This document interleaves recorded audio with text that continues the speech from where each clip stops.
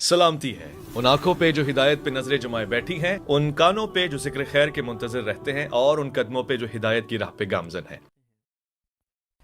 پہلا سوال جو اس بحث سے پیدا ہوتا ہے، اور ہم نے یہ دیکھا ہے کہ عام طور پہ آپ کے افکار پہ لوگ یہ تنقید بھی کرتے ہیں کہ جب ہم نے یہ کہہ دیا کہ رسول کی اطاعت در حقیقت خدا کی اطاعت ہے، تو اب رسول کی نسبت سے اگر ہمیں کوئی بات پہنچی ہے اور وہ بات بظاہر دین کے جو باقی سورسز ہیں ان سے پہنچی ہے، ان سے مختلف ہے، تو اب ہم رسول کی بات کی روشنی میں اس کا فیصلہ کیوں نہیں کریں گے؟ گویا حدیث کی روشنی میں قرآن کا فیصلہ کیوں نہیں کیا جائے گا؟ یہ بھی تو اطاعت ہی کا ایک تقاضا ہے۔ یہ اطاعت کا تقاضا نہیں ہے، بہت معذرت کے ساتھ حماقت ہے۔ اس کی وجہ یہ ہے کہ رسالت مآب صلی اللہ علیہ وسلم نے ہمیں قرآن دیا ہے، تو قرآن نے یہ بتایا ہے کہ خود قرآن کی کیا حیثیت ہے۔ قرآن مجید نے یہ بتایا ہے کہ اگر کسی معاملے میں کوئی اختلافی چیز سامنے آ جائے، دین سے متعلق کوئی اختلافی چیز سامنے آ جائے، تو میری آیات فیصلہ کن ہوں گی۔ چنانچہ دیکھیے کہ جہاں پر اللہ تعالیٰ نے اپنے ہدایت کے اس پورے سلسلے کو بیان کیا ہے، وہاں خاص طور پر یہ بات کہی ہے کہ جب ہم کتاب نازل کرتے ہیں پیغمبروں کے ساتھ، وَأَنزَلَ مَعَهُمُ الْكِتَابَ، کس لیے نازل کرتے ہیں؟ لِيَحْكُمَ بَيْنَ النَّاسِ فِي مَا اخْتَلَفُوا فِيهِ۔ رسالت مآب صلی اللہ علیہ وسلم اس وقت ہمارے سامنے موجود ہوں، اور آپ فرمائیں کہ قرآن مجید کی اس آیت کا مطلب یہ ہے، تو جو آدمی چون و چرا کرے وہ ایمان پر کیسے رہ سکتا ہے؟ لیکن اب جو بات بیان کی جائے گی وہ بات رسالت مآب صلی اللہ علیہ وسلم نے براہ راست ہم کو نہیں کہی، وہ سننے والوں نے سنی ہے، انہوں نے پہنچا دی ہے، وہ ایک کے بعد دوسرے کے ہاتھ میں آئی ہے، دوسرے سے تیسرے کے ہاتھ میں آئی ہے، اس میں الفاظ بھی بعض اوقات بدل گئے ہیں، موقع بھی بعض اوقات ختم ہو گیا ہے، سیاق و سباق بھی اس طرح سے بیان نہیں ہوا۔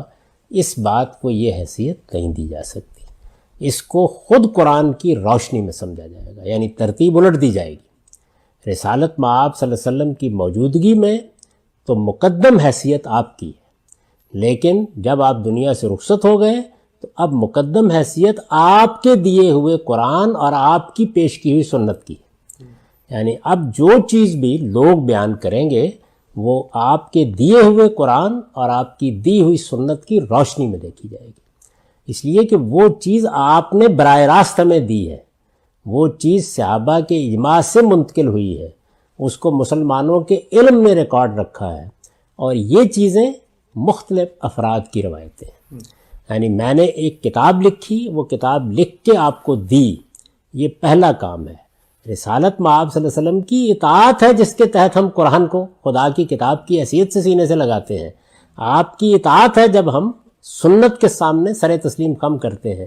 یہ بات رسالت مآب صلی اللہ علیہ وسلم کی نسبت سے بیان ہو گئی ہے، یہ آپ کی دی ہوئی براہ راست بات نہیں ہے، اس لیے ضروری ہے کہ آپ کی دی ہوئی بات کی روشنی میں اس کو سمجھا جائے، جو براہ راست ہمیں آپ سے ملی ہے، آپ ہی سے سمجھ رہے ہیں، لیکن کس روشنی میں؟ آپ تو نہیں سمجھا رہے نا اس وقت، جو آپ سے مستند ترین طریقے سے ملا ہے، جس کو آپ نے خدا کی کتاب کہہ کے دیا ہے، جس کو آپ نے اپنی سنت کہہ کے جاری کیا ہے، اس کو سامنے رکھیں گے، اور لوگوں کی باتیں جو انہوں نے بیان کی ہیں وہ اس کی روشنی میں سمجھیں گے۔ یہ اصول ہے۔ ٹھیک۔ اچھا صاحب، جب یہ کہا جاتا ہے کہ لوگوں کی باتیں، تو ہمارا جو اس معاملے میں روایتی نقطہ نظر ہے وہ اس کو محض لوگوں کی باتیں نہیں، بلکہ رسول اللہ صلی اللہ علیہ وسلم کی باتیں جو لوگوں نے سنی وہ اصل میں وہ وہی ہے جو غیر مطلوع ہے۔ ایک وہ ہے جو قرآن کی صورت میں ہے، تو اب محض یوں نہیں ہے کہ لوگوں نے ایک بات بیان کر دی، بلکہ اس طریقے سے قرآن محفوظ کیا، اسی طریقے سے رسول اللہ صلی اللہ علیہ وسلم نے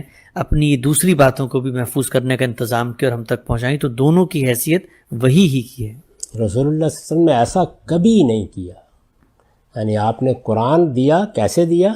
آپ نے قرآن پڑھ کے سنایا، تمام صحابہ نے اس کو سنا، بار بار اس کی تلاوت کی گئی، جو لکھنے والے تھے انہوں نے لکھا، جو یاد کرنے والے تھے انہوں نے یاد کیا، اس کے بعد صحابہ کے اجماع سے وہ منتقل ہونا شروع ہو گیا، آج تک اسی طرح منتقل ہوتا ہے۔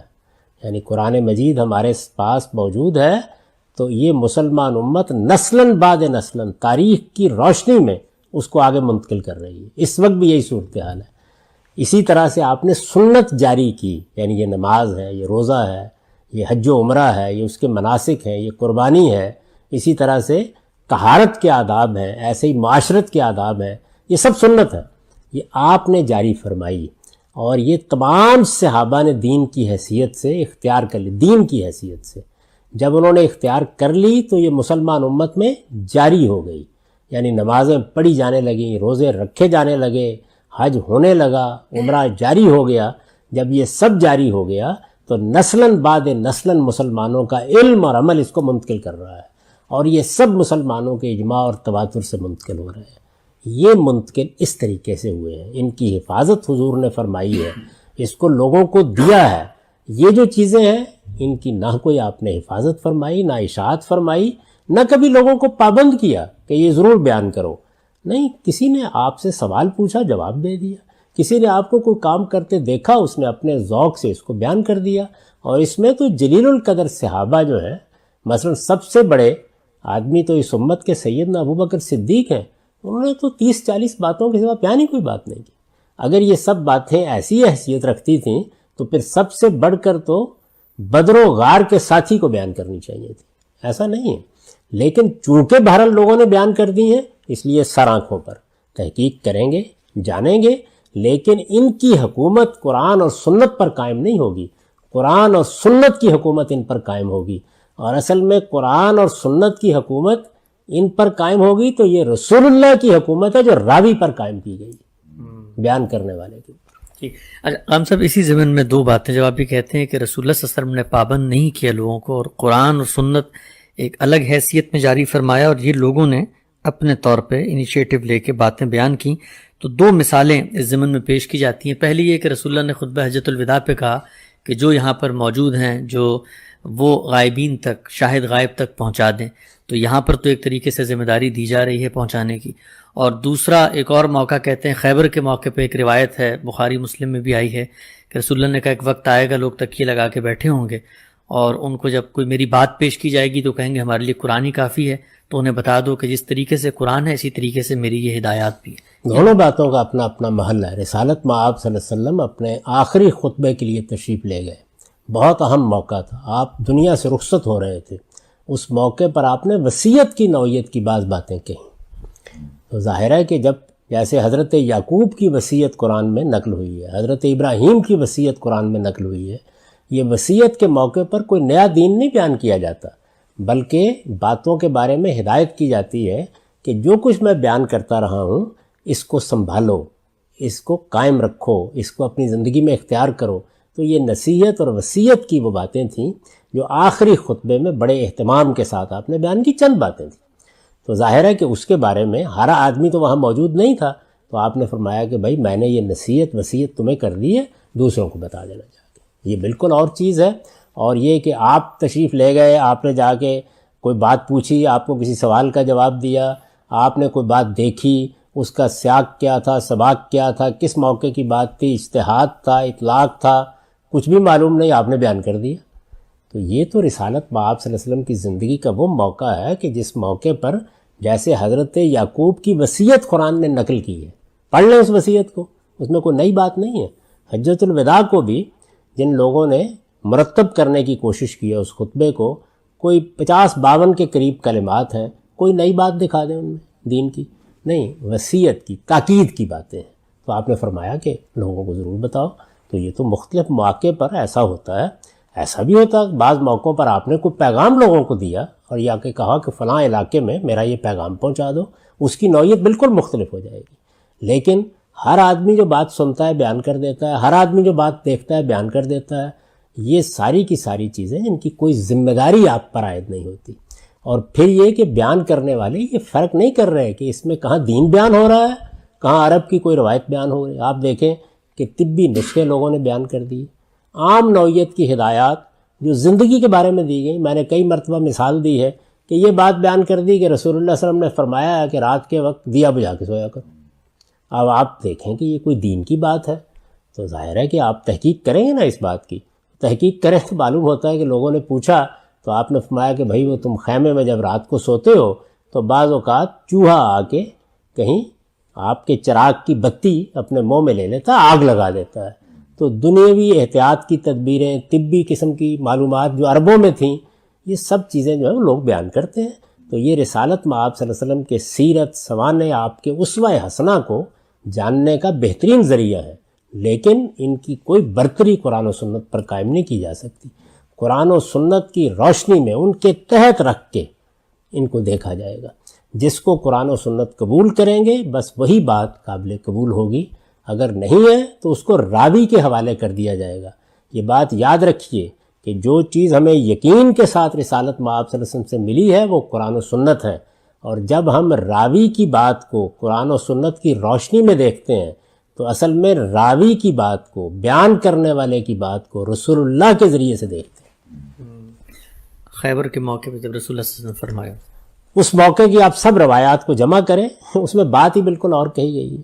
یعنی حضور نے جنگ کے موقع کے اوپر، ظاہر ہے کہ لوگ جاتے ہیں، گھروں میں بھی گھستے ہیں، اسی طریقے سے بعض چیزیں بھی لوگ لے لیتے ہیں، تو کچھ ہدایات دی تھیں، ان سے متعلق آپ نے فرمایا کہ کہیں کوئی آدمی یہ خیال نہ کرے کہ جو ہدایات میں نے اس وقت دی ہیں یہ ہدایات تو کوئی قابل اتباع نہیں ہے، بس قرآن کو دیکھ لیں گے ہم اصولی طور پر۔ یہ بات فرمائی گئی، اس کا ایک موقع ہے، ایک محل ہے۔ یہی بات ہے جس کی طرف توجہ دلانی چاہیے کہ روایات کا یہ پورا ذخیرہ بہت تقاضا کرتا ہے، اس سے کہیں زیادہ تقاضا کرتا ہے کہ اس میں اعلیٰ درجے کی ذہانتیں ان کو پہلے سمجھیں، کیونکہ بات کا موقع کیا ہے، محل کیا ہے، کیا چیز ہے، کس وقت کہی گئی ہے، کس زمن میں کہی گئی ہے۔ آپ اس کے ایک حصے کو الگ کر دیں، اس سے کچھ اور بات ہو جائے گی۔ میں نے اس کی کئی مرتبہ مثال دی ہے کہ لوگوں نے قرآن مجید کی آیت ہے لا یمسہ الا المطہرون، اس کو صرف پاکیزہ ہی چھوتے ہیں، اس کو عنوان بنا لیا ہے کہ آپ کو قرآن مجید وضو کر کے چھونا ہے۔ اللہ نے اس میں یہ بات بیان کی ہے، یا غسل کر کے چھونا ہے۔ آپ اس کو قرآن کے اندر رکھ کر دیکھیے کیا بات بیان کی گئی ہے۔ اس میں یہ بتایا گیا ہے کہ یہ قرآن جب آسمان سے آتا ہے تو پاکیزہ فرشتوں کے سوا یہ کوئی کسی جن یا کسی شیطان کی در اندازی میں نہیں جا سکتا۔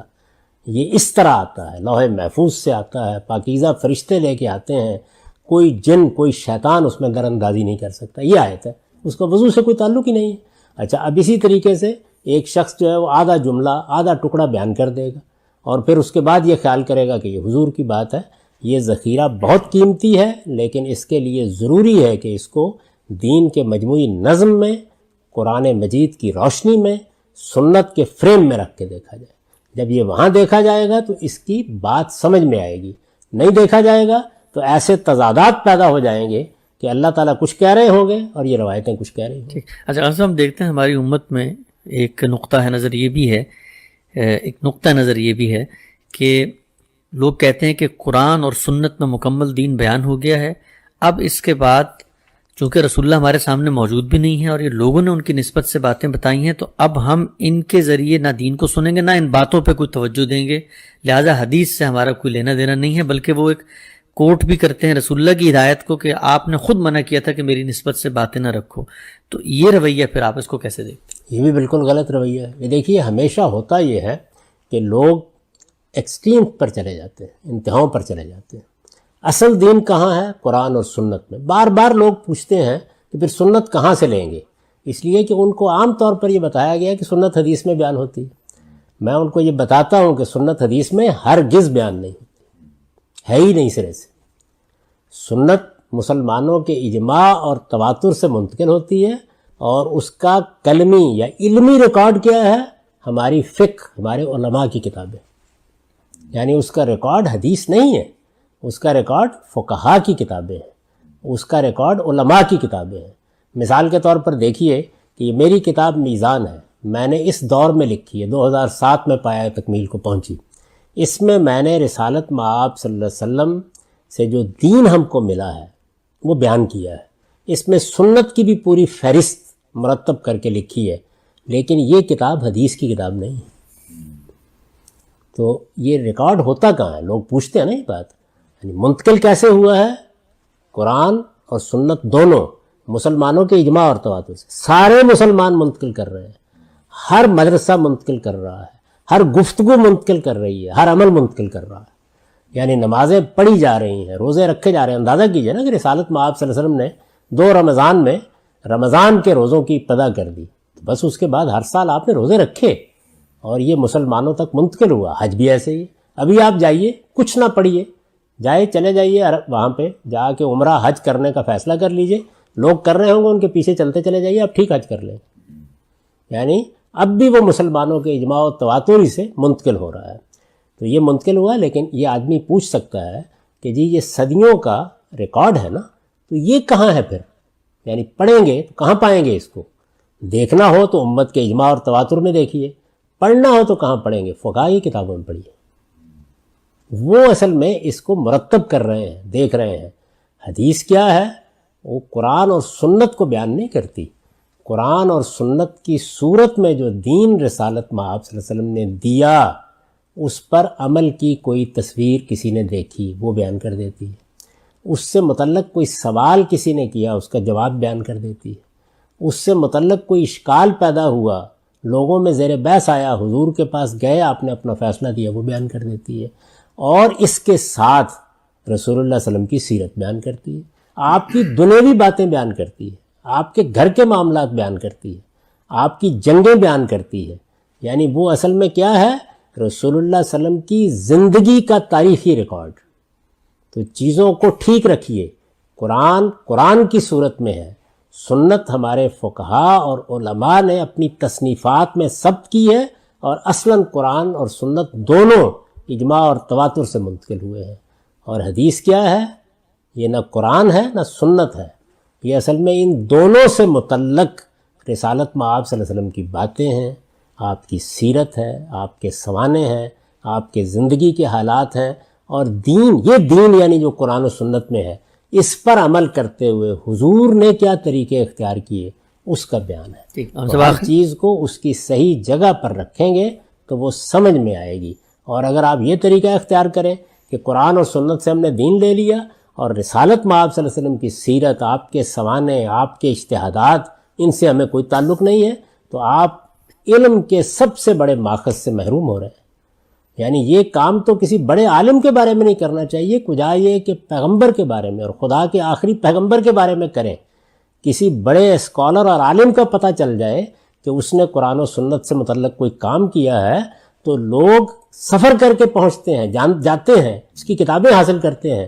تو یہ آپ کیسے کہہ سکتے ہیں کہ رسالت مآب صلی اللہ علیہ وسلم کے علم و عمل کی اور آپ کی سیرت و سوانے کی تاریخ ہمیں ملے اور ہم اس کو نظر انداز کر دیں؟ نہیں، ہم زندگی لگا کے اس کو سمجھیں گے، جانیں گے، لیکن یہ بات سمجھ لیجئے کہ اس میں ہے کیا؟